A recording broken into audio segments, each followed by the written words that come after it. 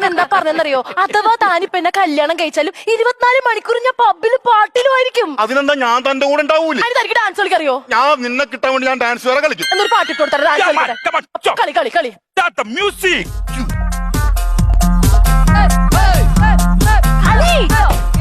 അത് നിർത്തിയ എന്ത്?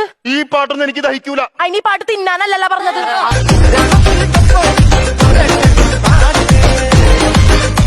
ചേട്ടൻ വ്യക്തമായിട്ട് കേൾക്കണം.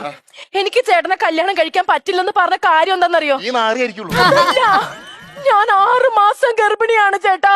എന്റെ വയറ്റിൽ വളരുന്ന കുഞ്ഞിന്റെ അച്ഛൻ ദേ നിൽക്കുന്ന ഇവനാ. അച്ഛൻ നീ, അമ്മ ഞാൻ. എനിക്കറിയില്ല, അതുകൊണ്ടാണ് ചേട്ടാ ഞാൻ വേണ്ടെന്ന് പറഞ്ഞത്.